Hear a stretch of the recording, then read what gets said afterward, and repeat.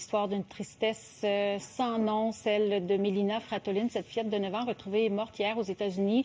Celui qu'on voit, c'est son père. C'est un entrepreneur montréalais. Il a été accusé de meurtre au 2e degré et de dissimulation d'un corps. C'est lui qui avait alerté les policiers en leur mentionnant que la petite avait été enlevée. Une alerte Amber avait été déclenchée et la fillette a finalement été retrouvée dans un étang.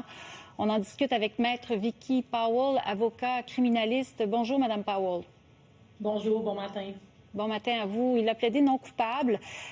Jusqu'à maintenant, avec les informations dont on dispose, quelle est votre lecture de cette cause-là?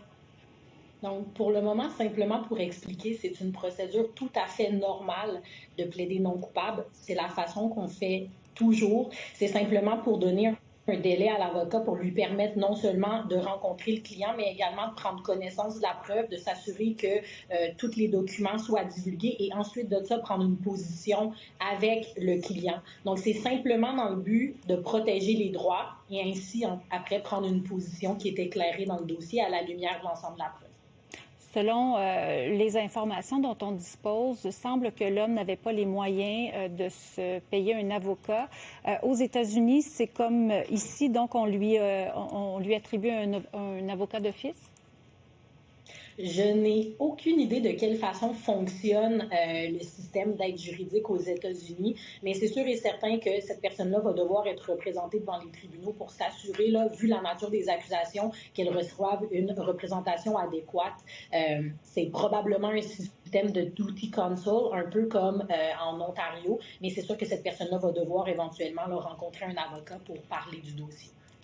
Dans ce cas-ci, il est accusé d'avoir tenté de dissimuler un cadavre. On dit qu'il aurait tenté de dissimuler le corps de sa fillette en la plaçant sous une bûche dans une voie navigable. Clairement, les informations dont disposent les policiers sont importantes puisqu'on a réussi à l'accuser. À quel genre c'est une accusation grave, selon vous, de tenter de dissimuler un cadavre?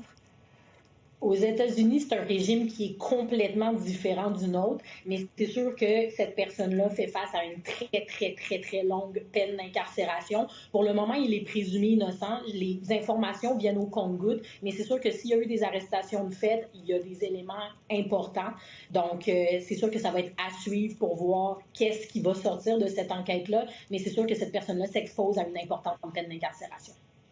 Et c'est long habituellement. Je vous pose la question, je sais que vous n'êtes pas une experte en droit américain, mais est-ce que c'est long habituellement avant que ces causes-là soient entendues aux États-Unis?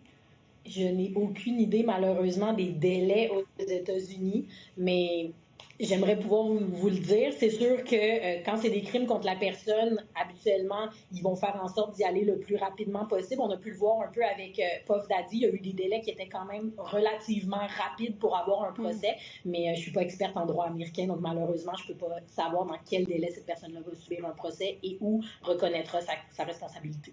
Oui. On sait qu'il était poursuivi par des créanciers pour près de 180 000 $. Il croulait sous les dettes. Est-ce que ce genre d'éléments, ce genre d'informations risque d'être évalué en cours d'enquête? Est-ce que ça pourrait être des facteurs qui deviennent des facteurs aggravants, par exemple? C'est sûr que à ce moment-ci, c'est tous des éléments qui pourraient être pertinents pour établir le mobile. Donc, la raison pour laquelle la personne aurait passé à l'acte, de la même façon que son comportement postérieur, donc tout ce qu'il a fait après l'infraction, c'est tous des éléments qui vont être pertinents pour établir le mobile, mais également pour établir la culpabilité éventuelle de cette personne-là. Maître Vicky Powell, merci. Je rappelle que vous êtes avocate criminaliste. Merci pour vos lumières. C'est fort intéressant. Merci. Bonne fin de journée. Au revoir.